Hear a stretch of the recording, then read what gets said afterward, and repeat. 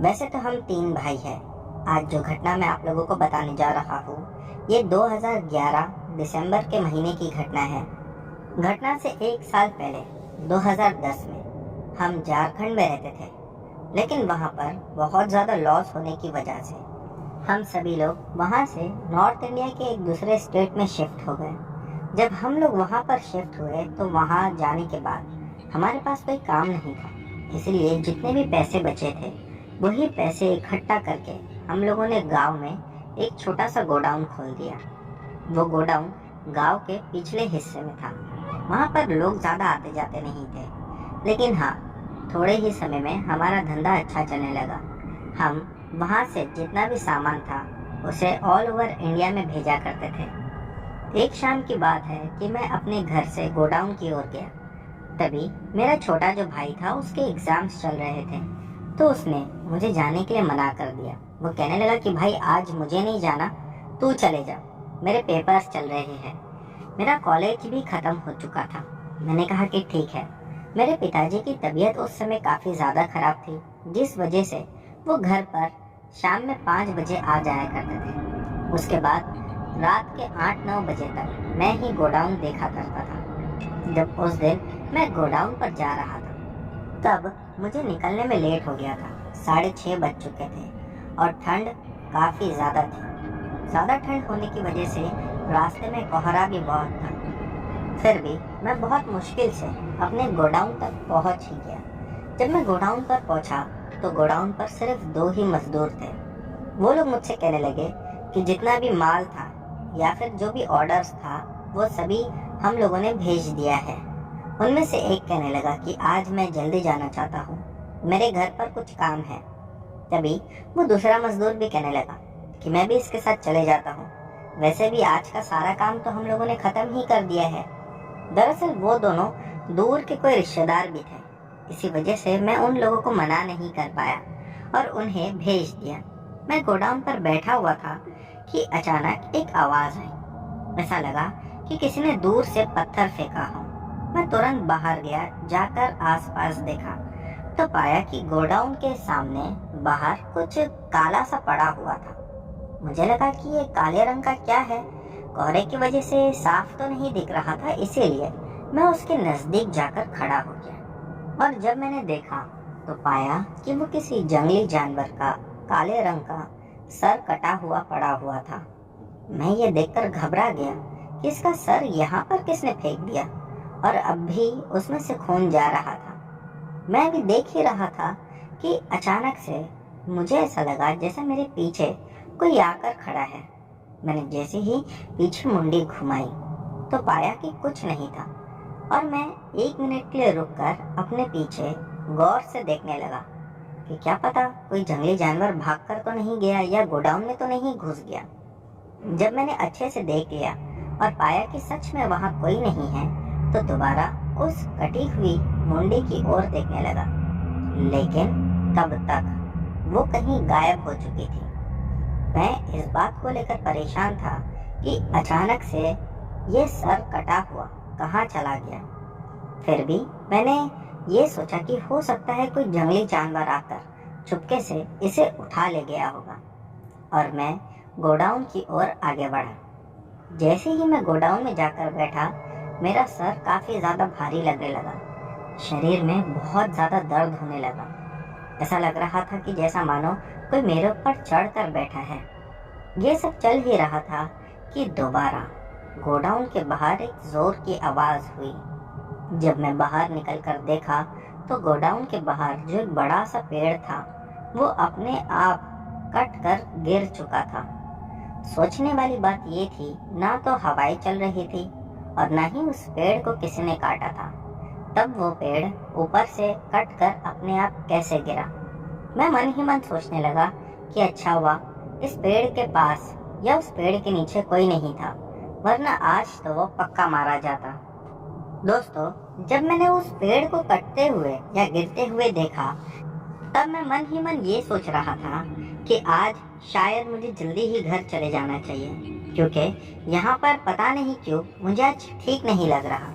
मैं भी ये सब सोच ही रहा था कि अचानक मुझे बेल बनाने का याद आया, जितनी भी डिलीवरी वो पूरे दिन में की गई थी उसका बिल बनना अब भी बाकी था।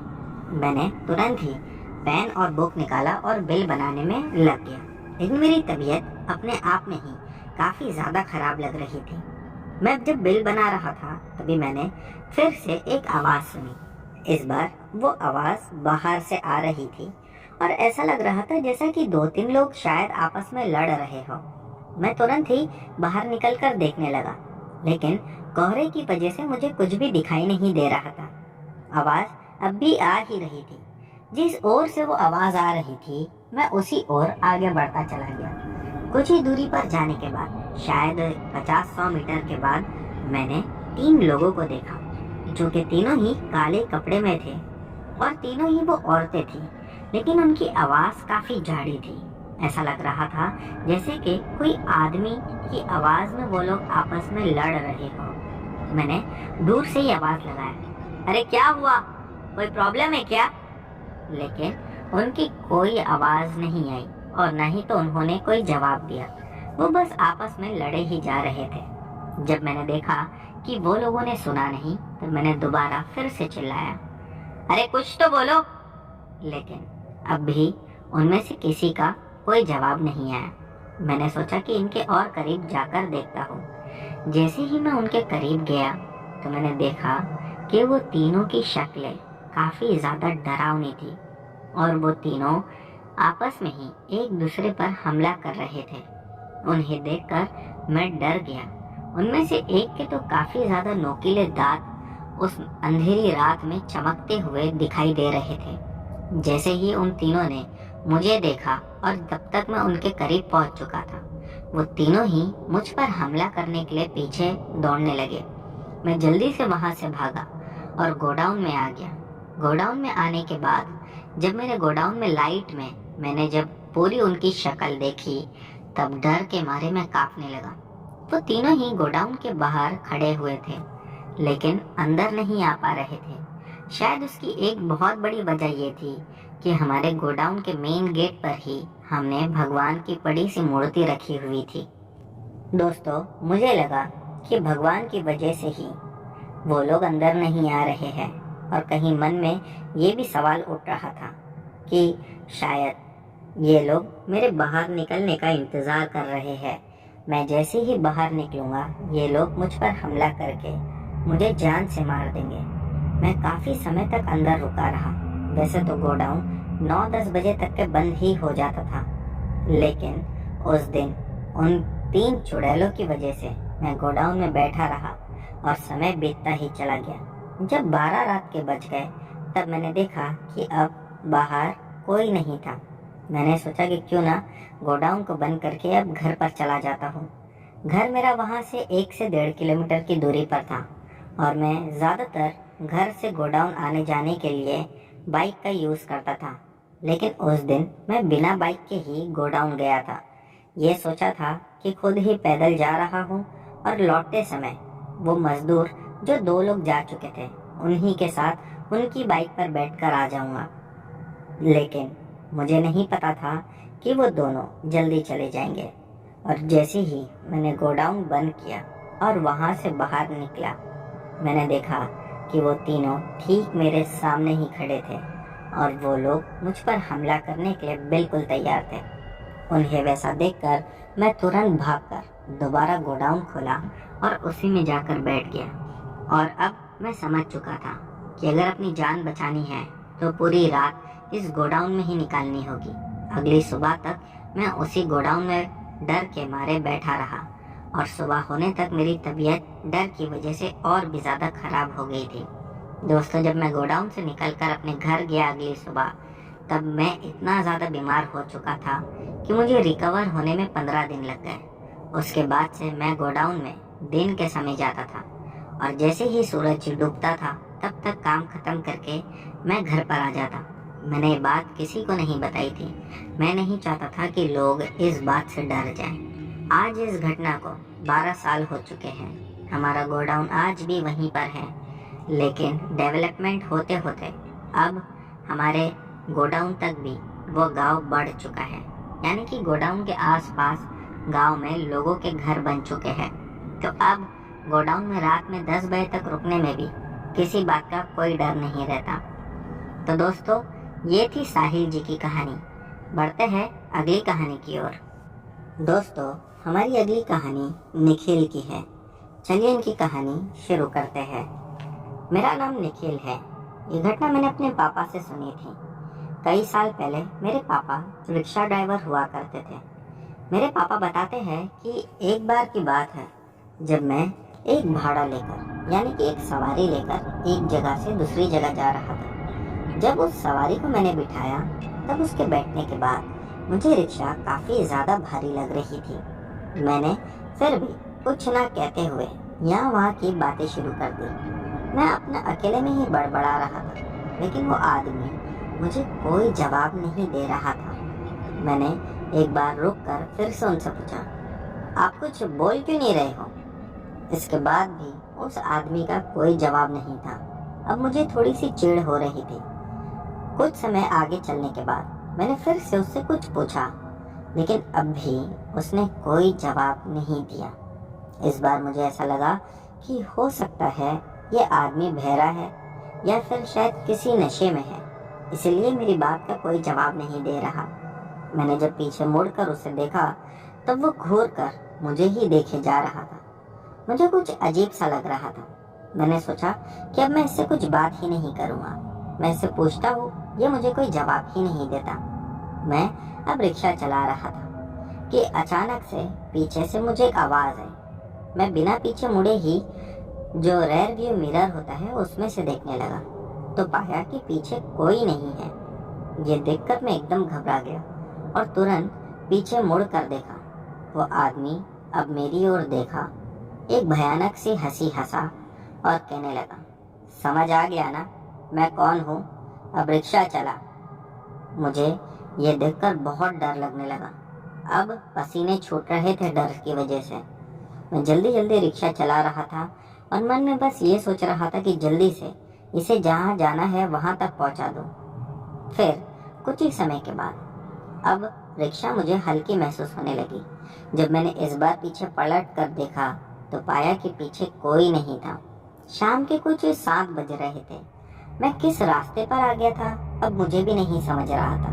मैंने अपने आसपास देखा तो वहाँ कोई नहीं था। मैंने सोचा कि रिक्शा को घुमा लेता हूँ और जल्दी से घर की ओर निकल जाता हूँ। मैंने जब रिक्शा को घुमाया वहाँ से और उसके बाद रिक्शा को चलाने लगा, तभी फिर से मैंने महसूस किया जैसा रिक्शा में कोई पीछे बैठा हुआ है। जब मैं पीछे मुड़कर देखा तो वो शैतान मुझे देखकर हंसते हुए कहने लगा, कहाँ जा रहा है? पहले मुझे छोड़, उसके बाद घर जाना। मुझे अब उससे इतना डर लग रहा था कि मैंने उसे मना करना ठीक नहीं समझा और रिक्शा को एक बार फिर यू टर्न लेकर उसी जगह जाने लगा जहाँ पर उसने मुझे जाने के लिए कहा था। कुछ देर आगे चलने के बाद एक छोटा सा गांव मुझे दिखाई दिया। जब वो गांव के पास से मैं रिक्शा को लेकर जा रहा था तब मैंने पाया कि अब रिक्शा में पीछे कोई नहीं बैठा है। मैं रिक्शा को वहीं बीच रास्ते पर छोड़कर गांव के जो घर दिख रहे थे तुरंत वहां पर भागा और एक गांव के घर का दरवाजा खटखटाते हुए मैंने उन लोगों को सारी बात बताई। तभी ही वो घर के लोग बाहर निकले और आसपास से कुछ लोगों को इकट्ठा किया और उसके बाद सभी लोग मेरे साथ रिक्शा तक आए। जब वहां आकर उन लोगों ने देखा तो मेरी रिक्शा अब भी वहीं पर पड़ी हुई थी और बिल्कुल खाली थी। वो लोगों ने कहा कि यहाँ पर तो कोई नहीं है। तभी ही 3-4 बड़े बड़े चौड़े कुत्ते आकर उस रिक्शा के पास रुक गए और भौंकने लगे। गांव के लोग भी कह रहे थे कि ऐसे कुत्ते हमने पहले कभी नहीं देखे थे। और उसके बाद वो सभी कुत्ते एक झटके में अपना रूप बदलकर हवा में उड़ने लगे। वो अब काले साए बन चुके थे और फिर ऊपर से उड़ते हुए वो कहीं गायब हो गए। गांव के लोग भी इस घटना से काफ़ी ज़्यादा डर गए थे। मैंने तो जल्दी से वहाँ पर से रिक्शा अपनी ली और तुरंत ही गांव के एक घर के पास जाकर रिक्शा रुका दी और मन बना लिया कि आज रात यहीं पर रुकना है, अगली सुबह में देखा जाएगा। मैं जब एक घर में जाकर सो रहा था तभी उस घर के लोग बातें कर रहे थे कि हमारे गांव के आसपास ऐसी घटनाएं कई बार लोगों ने देखी है। कुछ लोगों ने तो उस शैतान से लड़ने का दावा भी किया है और कई ऐसी रहस्यमय मौत भी हुई है जिसका आज तक कोई पता नहीं चला। तभी उनमें से एक आदमी कहने लगा कि आप यहाँ पर सो रहे हो, आपको नहीं पता आपकी वजह से आज हमारी जान को भी बहुत बड़ा खतरा है। मैंने उनसे कई बार पूछने की कोशिश की कि अगर ऐसी ही बात है तो मैं यहाँ से चला जाता हूँ और क्या खतरा है, आप लोग मुझे बताइए। लेकिन वो लोग हर सवाल का बस चुप रहने का ही जवाब दे रहे थे। तभी मैंने सोचा कि जब सब लोग सो जाएंगे तब मैं निकल जाऊंगा। और रात के कुछ 1:30 बजे के आसपास जब सभी लोग सो गए तब मैंने दरवाज़ा खोला और जैसे ही दरवाज़ा खोलकर अपने रिक्शा की ओर देखा तब पाया कि रिक्शा में अब भी वो शैतान बैठा हुआ है और मुझे देखकर हंसते हुए अपनी ओर आने का इशारा कर रहा था। ये देखना था दोस्तों कि डर के मारे मैं तुरंत उस घर में दोबारा भागकर अंदर चला गया और कड़ी लगा ली। अब मैंने सोच लिया था कि भले ही किसी की भी जान को खतरा क्यों ना हो, लेकिन मैं सुबह होने से पहले यहाँ से नहीं जाऊँगा। अगले दिन जब सुबह हुई तब मैं अपनी रिक्शा लेकर अपने घर पर आ गया और उस घटना के बाद रिक्शा चलाने की हिम्मत ही मुझ में से ख़त्म हो गई थी। इसीलिए मैंने रिक्शा चलाना हमेशा हमेशा के लिए छोड़ दिया। तो दोस्तों ये थी निखिल जी की कहानी। बढ़ते हैं अगली कहानी की ओर। दोस्तों हमारी अगली कहानी एक छोटी सी घटना है, चलिए वो मैं आप लोगों को सुनाता हूँ। ये बात 2012 की है। तभी मेरे जो बड़े भाई है वो ड्राइवर का काम किया करते थे और कई बार उन्हें एक स्टेट से दूसरे स्टेट जाना होता था। एक बार की बात है कि उन्हें कहीं दूर एक फैमिली को छोड़ने जाना था। वापसी में वो अकेले ही लौटने वाले थे। शाम के 6 बजे के आसपास वो अपने घर से निकल गए और उस फैमिली को अगले दिन सुबह में 10 बजे तक उनकी जगह पर छोड़ दिया। पूरी रात नहीं सोने की वजह से काफ़ी ज़्यादा थकान महसूस हो रही थी और नींद भी आ रही थी। तभी जिस फैमिली को वो लेकर गए थे उन्होंने मेरे भाई को एक कमरा दिया और कहने लगे कि आप आज रात यहीं पर आराम कर लो, आप काफ़ी ज़्यादा थक चुके हो। जब आपकी नींद पूरी हो जाए तो आप यहाँ से निकल जाना। और फिर वो सोने चले गए, लेकिन उनकी आँख शाम के 6 बजे खुली। वो उठे जल्दी जल्दी और नाश्ता किया। उसके बाद वो वहाँ से निकल गए। 7:30 बजे के आसपास वो उस जगह से निकल गए थे। अब भी उन्हें हमारे घर तक पहुँचने में 14 से 20 घंटे लगने थे।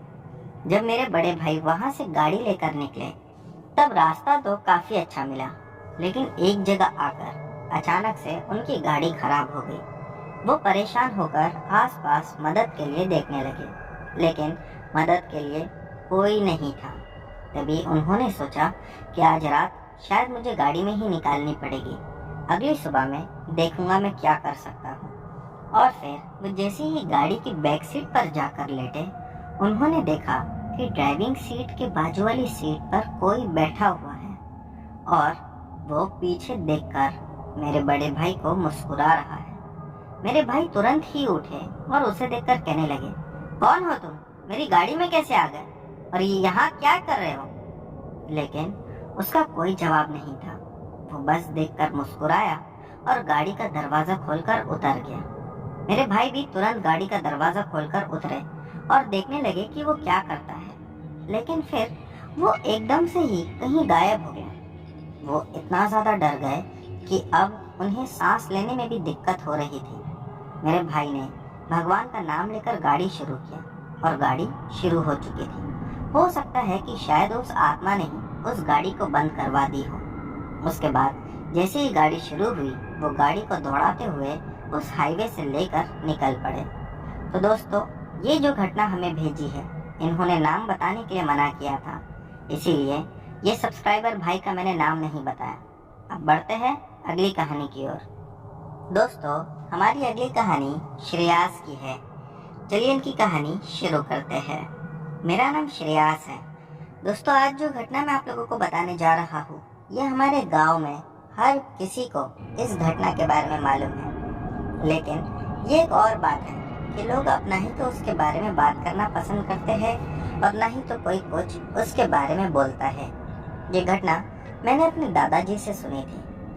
बात कुछ ऐसी है कि हमारे गांव से कुछ ही दूरी पर एक घना बड़ा सा जंगल है जहाँ पर कोई नहीं रहता, और उस जंगल के आसपास में भी, यानी जंगल को लगकर भी, ना तो कोई बस्ती है और ना ही कोई गांव। ये घटना आज से कई सालों पुरानी है। दरअसल उस जंगल में कहा जाता है कि एक चुड़ैल की कब्र है।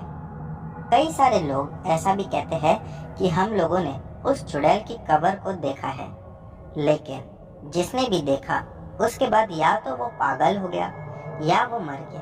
कुछ लोगों का ऐसा भी कहना है कि अगर वो उस चुड़ैल की कब्र को देख ले, या कोई भी व्यक्ति उस चुड़ैल की कब्र को देख ले, तो वो बहुत ज्यादा पैसे वाला बन जाता है। कई ऐसे भी है कि उस चुड़ैल की कब्र को खोजने के लिए वो सभी लोग जंगल में जाया करते हैं, लेकिन उन्हें मिलती नहीं। हाँ, अगर जिसे मिल जाती है तो कहा जाता है कि वहां पर खड़े होकर अपने लिए कुछ भी मांगो तो वो चुड़ैल देती है, लेकिन बदले में वो क्या लेती है वो किसी को नहीं पता। तो दोस्तों, आज जो घटना बताने जा रहा हूँ ये उसी के बारे में है। कई साल पहले हमारे ही गांव के आसपास एक घर था जो कि अब पूरी तरह से गायब हो चुका है। पता नहीं, शायद टूट गया होगा या किसी ने तोड़ दिया होगा। कहा जाता था कि वहां पर एक बुढ़िया औरत रहती थी जिसके पति और उसकी बच्ची की मौत एक रहस्यमय तरीके से हो गई थी। यानी कि जब वो दोनों ही सोए तो उसके बाद वो लोग कभी नहीं उठे। उस बूढ़ी औरत को यूं लगता था कि गांव के कुछ लोगों ने मिलकर उसके आदमी को और उसकी बच्ची को मारा है, काला जादू करके। इसीलिए उन दोनों की मौत के बाद वो बुढ़िया वहां पर खुद पर ही काला जादू करना शुरू कर चुकी थी। उसके 1 या 2 हफ्ते के बाद में ही उसकी भी मौत हो गई। मौत होने के बाद उसकी आत्मा गांव के लोगों के साथ बहुत बुरा व्यवहार करती थी। किसी को जान से नहीं मारती थी, लेकिन परेशान करती थी, और इस हद तक परेशान करती कि वो इंसान बेड रेस्ट पर आ जाता, उसे चोट पहुंचाती थी। कहा जाता है कि जब लोगों को इस बात के बारे में पता चला कि ये उसी बुढ़िया की आत्मा है, तो लोगों ने जाकर उसके घर को खोला और पाया कि वो अंदर मरी हुई थी। तभी किसी बाबा ने या किसी तांत्रिक ने लोगों से कहा कि इसकी आत्मा को इतनी आसानी से शांति नहीं मिलेगी। अगर चाहते हो कि सभी गांव वालों को इस दुष्ट आत्मा से या फिर इस चुड़ैल से छुटकारा मिल जाए, तो जैसा मैं बोलूं वैसा ही करना। और उसने कहा कि उसके शरीर को ले जाकर कहीं दूर जंगल में गाड़ दो। उसी के साथ उसने कुछ पोटली दी थी। कहा था कि जब इसे गाड़ो तो ये पोटली को भी उसी के साथ दफना देना। और फिर वैसा ही हुआ। जंगल में पता नहीं कहाँ जाकर लोगों ने उसके शरीर को गाड़ दिया। जब उसके शरीर को गाड़ा जा रहा था, तब गाड़ने वाले लोग ये कह रहे थे कि उसके हाथ पैर अपने आप हिलने लगे थे और उसने अपनी आंखें भी खोल दी थी। लेकिन जिसने भी गाड़ने के लिए कहा था, उसने पहले ही कहा था कि बहुत सारी दुर्घटनाओं का सामना करना पड़ेगा, लेकिन तुम लोग बिल्कुल भी बिना घबराए इसे बस कैसे भी गाड़ ही देना, क्योंकि अगर उस समय तुम में से कोई भी डर के वहां से भागा और काम को अधूरा छोड़ दिया, तो फिर इस गांव को कोई नहीं बचा पाएगा। इसीलिए लोगों ने हिम्मत जुटाकर उसे वहां पर गाड़ ही दिया और लोग वहां से आ गए। कहते हैं कि जो कोई भी अगर भटकते हुए उसकी कब्र तक पहुंच जाता था, उसके बाद वो उसे मार देती या जो उसे करना होता वो करती। एक घटना हमारे ही गांव की कुछ ऐसी ही हुई। 2 आदमी थे जो कि दोनों ही आपस में भाई थे। ये कुछ 1991 की घटना होगी, जब 2 आदमी मिलकर उस कब्र को खोजने लगे और जंगल में चले गए। कहते हैं कि 3 दिन के बाद जंगल के बाहर एक आदमी की उसमें से लाश मिली, जो कि बुरी तरह से कटी फटी थी। लोगों को यूँ लगा कि हो सकता है इसे किसी जंगली जानवर ने मार कर यहाँ पर छोड़ दिया होगा, लेकिन लोग शायद गलत थे। अगले ही दिन उसके दूसरे भाई की लाश भी वैसी ही हालत में मिली। अब लोगों के दिल में डर बढ़ने लगा था कि ये क्या हो रहा है और ऐसा क्यों हो रहा है। लोगों ने इसके बारे में ना जानना ही ठीक समझा और सब लोग ये सोच रहे थे कि अभी हमें क्या लेना देना, अगर जंगल में उस चुड़ैल को खोजने जाएंगे तो ऐसा तो होना ही है। लेकिन शायद वो लोग गलत थे। अब एक दिन कुछ ऐसा हुआ जिसके बाद गांव पूरा दहशत के वजह से कांपने लगा था। बात कुछ ऐसी थी कि एक शाम अचानक से गांव में एकदम बदली बदली छा गई थी, जैसा कि मानो बारिश होने वाली है, लेकिन बारिश हुई नहीं। और फिर एक आवाज उस जंगल की ओर से सभी गांव के लोगों ने सुना। कुछ लोगों ने हिम्मत करके उस जंगल में जाने का सोचा, लेकिन बाकी के लोग मना कर रहे थे, जिस वजह से वो लोग शांत हो गए। और उसी रात गांव के 3 लोग कहाँ गायब हो गए किसी को नहीं पता। उनमें से एक के बारे में कहा जाता है कि जब वो आदमी गांव में नहीं मिला तब उसके घर वाले उसी जंगल में उसे ढूंढने के लिए गए। उसके घर के 6 सदस्य उस जंगल में गए थे, जिसके बाद वो 6 के 6 गायब हो गए। गांव में उस चुड़ैल का तांडव लोगों को परेशान कर रहा था। फिर एक आदमी उसी गांव का वो कहने लगा कि मैं जानता हूँ अब इसका समाधान क्या है। वो आदमी अपने साथ 3-4 लोगों को इकट्ठा किया और उस जगह को ढूंढने लगा जहाँ पर उस चुड़ैल को गाड़ा गया था। बहुत ढूंढने के बाद उसे उस चुड़ैल की कब्र मिल ही गई। जब उसने उस कब्र के पास जाकर देखा तो पाया कि कब्र खुदी हुई थी और उसमें किसी की लाश नहीं थी। जब उसने ये बात गांव के लोगों को आकर बताई तब गांव के लोग और ज़्यादा डरने लगे और अपनी जान को बचाने के लिए उसमें से कई सारे तो उस गांव को छोड़कर उसी समय चले गए। लेकिन गांव में अब भी जो कुछ बचे हुए थे, जो अपना घर छोड़कर नहीं जा सकते थे, उन्हें मजबूरन वहीं रहना पड़ा। और इसीलिए इस समाधान को ढूंढने के लिए कुछ लोगों ने और मिलकर मेहनत की। दोस्तों, बताया जाता है कि धीरे धीरे पूरे जंगल में उस चुड़ैल ने अपना आतंक मचा रखा था। कुछ लोगों ने मिलकर जब जंगल के अंदर प्रवेश किया और उनके साथ एक बड़े से पुजारी जी भी गए हुए थे। जैसे ही पुजारी जी उसकी कब्र के पास पहुंचे, उन्होंने कहा कि 2 आदमी जो अपनी लालच के लिए इस चुड़ैल की कब्र को खोद दिए थे, आज उन्हीं की वजह से गांव के सभी लोग इतने ज़्यादा परेशान हैं। जितने भी लोग थे वो सभी पुजारी जी से कहने लगे कि बस हमें कैसे भी इससे मुक्ति दिलवा दो। उन्होंने कहा कि जो पोटली इसको दफनाते समय इसके साथ गाड़ी गई थी, उस पोटली को ढूंढ कर लाओ, शायद तभी ही मैं तुम लोगों को इससे छुटकारा दिला सकता हूँ। एक आदमी उनमें से कहने लगा कि उस पोटली को हम इतने बड़े जंगल में ढूंढेंगे कहाँ, आप कोई दूसरा उपाय देखिए। पुजारी जी कहने लगे कि दूसरा उपाय है, लेकिन वो बहुत खतरनाक है, उसमें आप ही लोगों को और ज़्यादा परेशानी हो सकती है। गांव के लोग इस पर मान चुके थे। पुजारी जी ने एक रात उसी कब्र के पास 3 लोगों को इकट्ठा किया और उनमें से एक आदमी को कहने लगे कि तू आज इस कब्र में जाकर लेट जा। पुजारी जी बाहर ही कब्र के ऊपर खड़े हुए थे। जब वो आदमी जैसे ही कब्र में जाकर लेटा, तब उसने एकदम से अपने बोलने का तरीका बदल दिया और वो बूढ़ी आवाज़ में, लड़खड़ाती आवाज़ में कुछ कह रहा था। पुजारी जी उससे बात करने लगे और कहने लगे कि तू गांव के लोगों के बारे में गलत सोचती है। किसी ने भी तेरे आदमी को और तेरी बच्ची को नहीं मारा है।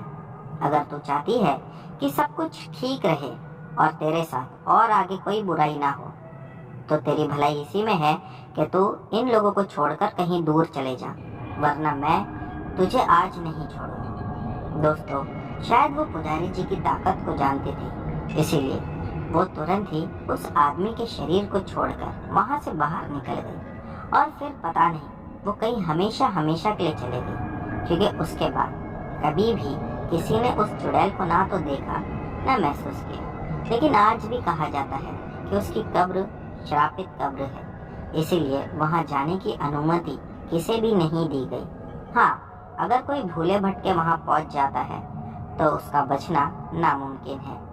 तो दोस्तों, ये थी श्रेयास की कहानी। बढ़ते हैं अगली कहानी की ओर। दोस्तों, हमारी अगली कहानी समीर ने भेजी है। इन्होंने पहले भी हमारे चैनल के साथ कहानी शेयर कर रखी है। चलिए इनकी कहानी शुरू करते हैं। मेरा नाम समीर है। आज जो घटना मैं आप लोगों को बताने जा रहा हूँ, ये घटना मेरी मम्मी ने मुझे बताई है। चलिए घटना पर आता हूँ। बात आज से कई साल पुरानी है। तब हमारे गांव में शादी थी। हमारा गांव राजस्थान में है। आप सभी लोगों को पता ही होगा कि राजस्थान की गर्मी कितनी ज़्यादा होती है। जब मेरी मम्मी और मेरे घर के कुछ लोग गांव में गए हुए थे उस शादी को अटेंड करने, तब मैं भी उन लोगों के साथ गया हुआ था। मेरी उम्र उस समय 6 या 7 साल की थी। मम्मी बताते हैं कि गर्मी की वजह से मेरी मम्मी और मेरी 2 मासी, ये सभी लोग दोपहर में एक दिन नहाने का सोच रहे थे। तो जब ये लोग नहाने के लिए घर के बाहर जो आंगन था वहाँ पर गए। आंगन में एक टूटा फूटा सा बाथरूम बना हुआ था जिसकी 2 साइड की दीवारें टूट चुकी थी। तो मेरी मम्मी ने मेरी दोनों मासियों से कहा कि पहले जाकर मैं नहा लेती हूँ। मेरी मासी ने हाँ कह दी। उसके बाद मम्मी नहाने के लिए उसी टूटे से वॉशरूम के अंदर चले गई जिसकी 2 साइड की दीवारें टूटी हुई थी। तो दोनों मासी ने एक एक तरफ से चादर को पकड़ कर रखा था। जब मेरी मम्मी नहाने के लिए गई तभी अंदर से कुछ आवाजें आ रही थी। मेरी मासी ने पहली बार चिल्लाकर पूछा, अंदर अकेले किससे बात कर रही है? लेकिन मेरी मम्मी का कोई जवाब नहीं आया। जब 2 मिनट के बाद अब भी अंदर से बातें करने की आवाज आ रही थी तब दूसरी मासी ने फिर से चिल्लाकर पूछा कि तू अंदर किससे बात कर रही है? अब भी मेरी मम्मी का कोई जवाब नहीं था। वो दोनों ही घबरा गए कि मम्मी तो अंदर अकेले गई थी, फिर ये आवाजें कहाँ से आ रही है और ये आवाजें कैसी है? जब दोनों ने वो चादर को हटाकर देखा तो दोनों डर गए और भागते हुए हमारे घर में आए। घर में आकर मेरी जो नानी माँ थी उन्हें सारी बात बताई। उन लोगों ने कहा कि मम्मी अंदर बेहोश पड़ी हुई थी, जिनके हाथ पैर अकड़ चुके थे और आंखें पूरी सफ़ेद होकर ऊपर कर ली थी। मेरी नानी माँ और घर में कुछ लोग थे, उन्होंने मम्मी के ऊपर कपड़ा डालकर वैसे ही उन्हें घर में ले आया। कुछ समय के बाद जब मम्मी को होश आया और मम्मी ठीक से बात करने लगी तो मम्मी ने बताया कि जब मैं नहा रही थी और मैंने जैसे ही अपने ऊपर पानी डालना चाहा तभी ऐसा लगा कि मग को किसी ने पकड़ लिया है, यानी कि जिससे पानी डालते हैं। ऐसा लग रहा था कि वो मग को किसी ने दूसरी ओर से टाइट पकड़ कर रखा है। मैं आसपास देखने लगी लेकिन उतने से बाथरूम में तो कोई भी नहीं दिखाई दे रहा था। दोपहर का समय था तो वहाँ पर किसी बात का डर भी नहीं सता रहा था। लेकिन तभी ही पीछे से किसी के जोरों से सांस लेने की मुझे आवाज़ आई और उसकी सांस की आहट मैं अपने पीछे पीठ पर महसूस कर रही थी। मैंने जैसे ही पीछे पलट कर देखा तो पाया कि एक डरावना चेहरे वाला आदमी लंबे से हाथ और नोकीले नाखून के साथ बैठा हुआ है और उसकी आंखें लाल और पीली कलर की है। वो मुझे ही घूरे जा रहा था। वो देखना था कि मैं तुरंत बेहोश हो गई। दोस्तों, उसके बाद मेरी मम्मी को बहुत ज़्यादा बार बार फिट आती थी। कई बार वो बेहोश हो जाती थी। हम लोगों ने बहुत सारी जगह पर मम्मी को दिखाया लेकिन उसका कोई इलाज ही नहीं हो रहा था। फिर एक बार की बात है कि मेरे पिताजी जो है उन्होंने एक बाबा को बुलवाया। वो बाबा ने कहा कि मैं जानता हूँ इसके साथ क्या हुआ है। दरअसल इसके ऊपर एक जिन आशिक हो चुका है और अब उस जिन को इसके ऊपर से हटाना बहुत ज़रूरी है, वरना कुछ ही समय में वो इसे जान से मारकर अपने साथ ले जाएगा। जब हम सभी लोगों ने बाबा की बात सुनी तभी मेरे पिताजी बाबा के सामने हाथ जोड़कर कहने लगे, आपको जो करना पड़े आप करो, लेकिन मेरी पत्नी को ठीक करो। तो बाबा ने कहा कि जिस जगह पर तुम्हारी पत्नी के साथ ये सब हुआ मुझे उस जगह जाना होगा।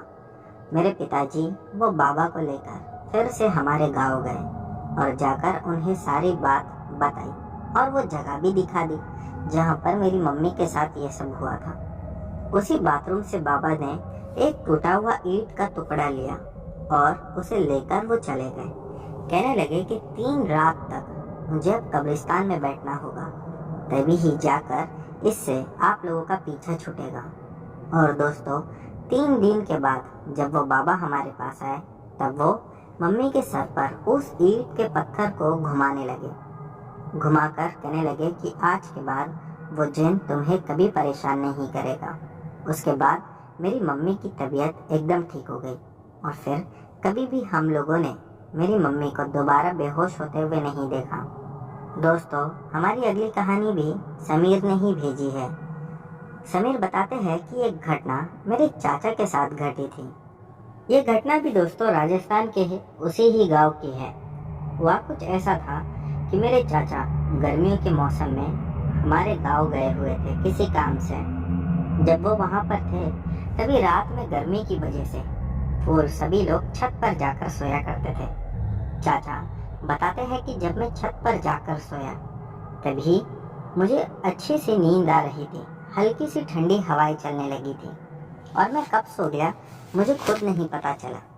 लेकिन जब कुछ समय के बाद मैंने कुछ महसूस किया और मेरी आंख खुली, मैंने देखा कि चारपाई जिस पर मैं सोया हुआ था वो हल्की सी हिल रही थी।